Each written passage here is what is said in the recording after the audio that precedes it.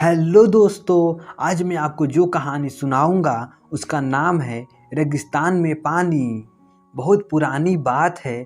बहुत ही विशाल एक रेगिस्तान था। उसे पार करना लगभग नामुमकिन था। केवल विशाल शक्तिशाली पक्षी ही उसे पार कर पाते थे। पैदल चलने वाले जानवरों में ऊंट ही एक ऐसा जानवर था जो उस रेगिस्तान को पार करने की हिम्मत रखता था। रेगिस्तान की पूरब दिशा पर मंगलवन एक विशाल जंगल था और पश्चिम दिशा पर चंदनवन नाम का एक विशाल जंगल था। दोनों ही जंगल बहुत विशाल और हरे भरे थे, लेकिन रेगिस्तान की वजह से वह आपस में कभी मिल नहीं पाते थे।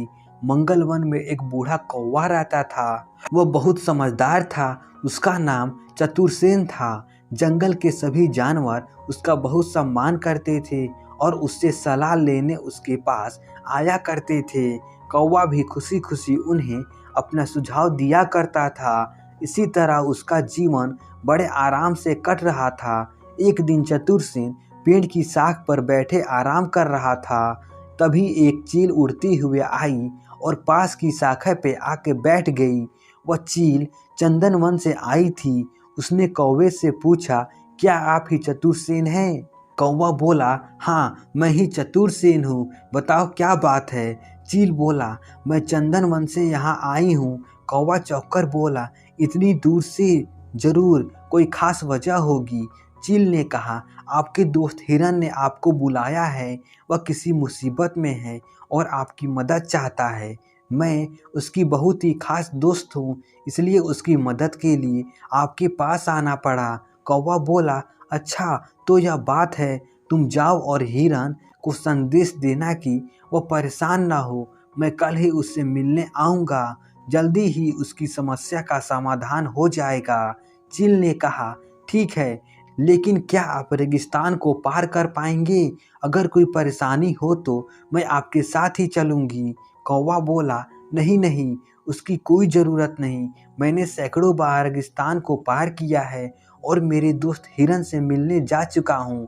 तुम मेरी फिक्र ना करो, तुम जाकर बस मेरे दोस्त को यह संदेश दे देना। चील ने कहा, ठीक है। यह कहकर चील वहाँ से चली गई। अपनी जवानी के दिनों में चतुरसेन रेगिस्तान पार करके अपने दोस्त हिरन से मिलने जाया करता था, लेकिन अब चतुरसेन बूढ़ा हो गया था, इसलिए पिछले कई साल से वह अपने दोस्त हिरन से मिलने नहीं जा सका था। लेकिन फिर भी वह अगले दिन सुबह सुबह तैयार होकर चंदनवन की ओर निकल पड़ा। कुछ देर तक वह आराम से उड़ता रहा, लेकिन जैसे जैसे सूरज आसमान में ऊंचा उठता गया, चतुरसेन का गर्मी से बुरा हाल हो गया। तेज गर्मी में उसके पंख झुलसने लगे और वह थकने लगा। प्यास से भी उसका बुरा हाल होने लगा।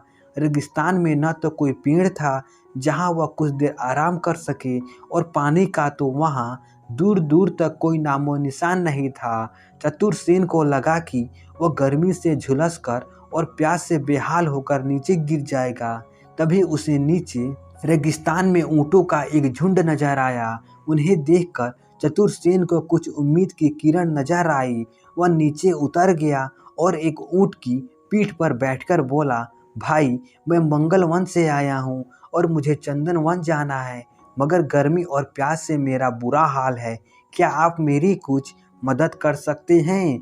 ऊँट बहुत दयालु था।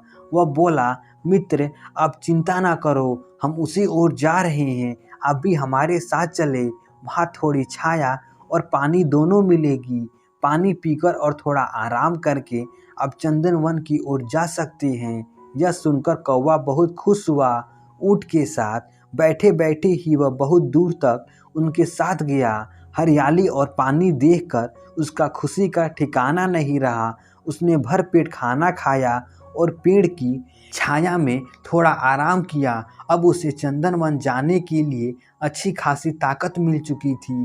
कौवे ने ऊँट के झुंड को धन्यवाद दिया और चंदनवन की ओर उड़ चला।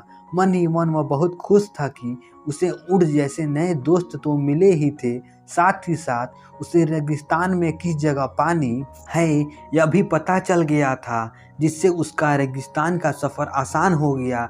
उसने मन में यह निश्चय किया कि वह और जानवरों को भी उस जगह के बारे में बताएगा और उनकी मदद करेगा। इस खुशी को लेकर वो चंदन वन की ओर उड़ता चला गया। तो दोस्तों, आशा करता हूँ यह कहानी आपको अच्छी लगी होगी। ऐसे ही मज़ेदार कहानी सुनने के लिए हमारे चैनल को सब्सक्राइब कर दीजिए।